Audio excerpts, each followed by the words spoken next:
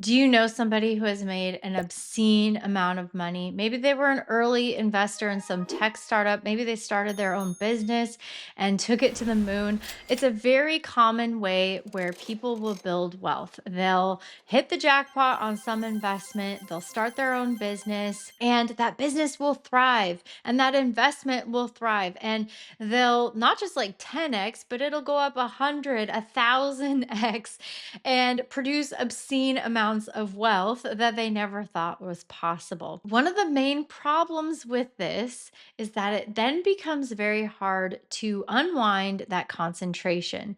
Your little darling that got you to incredible amounts of wealth, you want to hang on to it. And why wouldn't you? This is like your baby. You have this emotional attachment to this investment. You're not going to sell it. And if it's an illiquid investment like a business, you might not even be able to sell it or at least sell it anytime soon. But the problem is that what got you to where you are with that wealth is unlikely to keep you there. That music can keep playing for a while, but even if you look at the biggest companies in the world, the top 10 companies in the S&P 500 compared to like when I was born, fast forward into the 90s and early 2000s and then fast forward to today, not even the same group of companies. It's completely turned over. Industries change. You have competition, you have new technology, you have regulation, you have a changing tax situation. If this investment or this company is in some foreign country,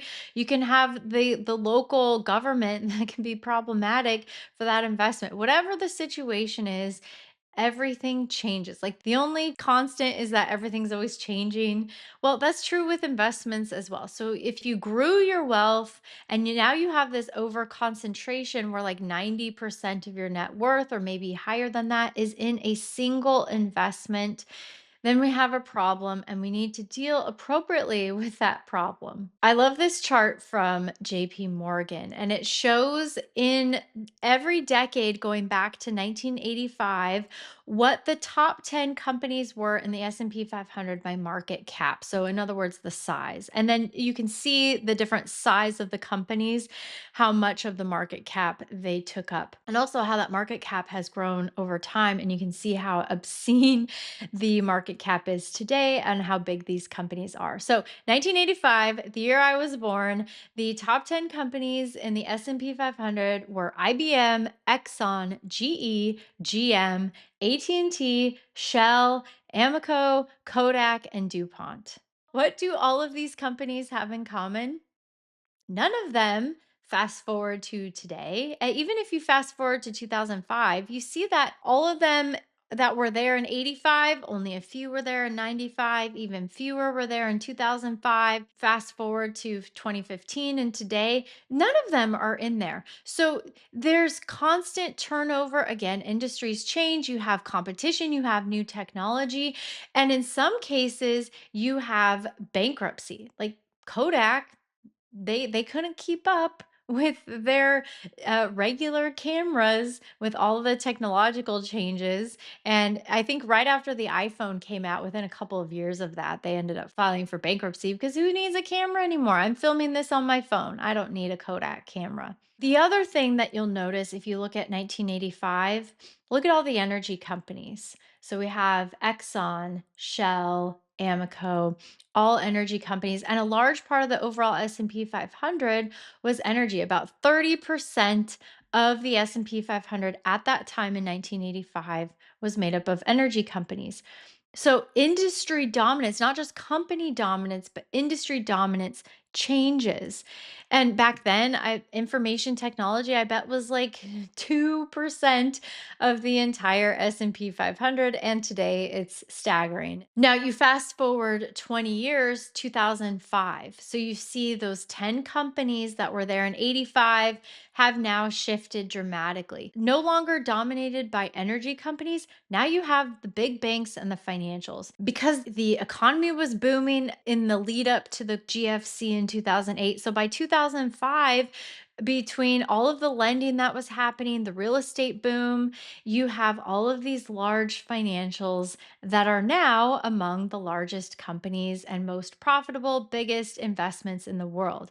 Companies like AIG, Bank of America, Citigroup, Not there previously, but now they're there. The Great Recession wiped out many of these big banks, and financials shrunk as a percentage of the overall S&P 500. And now you fast forward to today, and none of those companies, none of those financials, not Bank of America, not AIG, not Citigroup, none of them are in the top 10 anymore when you look at today. All that we have today are Berkshire Hathaway, JP Morgan. Those are the only two non-tech companies that are dominating the S&P 500. So what does that say about the risk of overconcentration? The economy, the markets, it's changing industries, competition, technology, not just some of the time, but pretty much all of the time. It doesn't take more than about 10 or 20 years for things to completely turn over. So do you think that some of the top companies in the S&P 500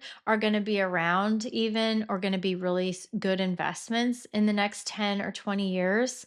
Some of them maybe, but some of them probably not. And if you go back over a long period of time, longer than maybe 10, 15, 20 years, you see that the turnover and a lot of these companies and businesses, they go away completely, they become obsolete. Nobody invests in them anymore. If they're still around, if they're still a publicly traded company, a lot of them have lost pretty much all of their market value. Go look at Kodak. Okay, here's the takeaway with this. If you have an asset, an investment, a business, whatever that is, ask yourself, if this went away completely, if it went to zero, which is possible. Most people do not think that this is possible. If this went to zero, would I be okay financially? Or is my financial success completely hitched to this particular investment wagon? If you have an overconcentration in a particular investment, if it's over 15%, generally that's kind of the threshold. Anything higher than that, you're now running the risk that if it goes to nothing, if it loses most of its value or even half of its value, it's going to really hurt you financially. So we want to avoid that. So what you want to do is take steps to reduce your concentration. In the case of a business, if you own a business, that's usually harder to do, but too many business owners will reinvest everything back into the business, and they don't start a 401k, they don't invest, they don't take cash and money out of the business and use it to put and invest in other things. They just like, why would I do that? I want to grow this business to as big as I can and then hope for an exit someday. Well, unfortunately, if you just look at statistics and what people get for their business, they end up working forever, taking a huge haircut on it because it's a illiquid asset, and it maybe depends on the owner to survive and thrive. So there's all kinds of challenges with that. But even with an investment, a company, a stock, whatever it is, if it's too important to your net worth that you can't lose this, you need to start taking steps to diversify and put some of your assets into other things. Even if that means selling some of it off, siphoning it off. I know you're not going to like paying the taxes. A lot of times these are in taxable accounts and you're going to have to pay the taxes. I'm sorry, too bad. It is much better to pay the taxes than to have 80, 90% of your net worth tied up in a single investment. If you're new to the channel, hi there, I'm Ashley Mitchell. I'm a financial advisor and co-owner of True North Retirement Advisors. For the last 18 years, I've helped my clients navigate all the excitement and challenges of their retirement, and my goal on this channel is to help you do exactly the same. So thank you so much for joining me. Hit that subscribe button and come on back next time.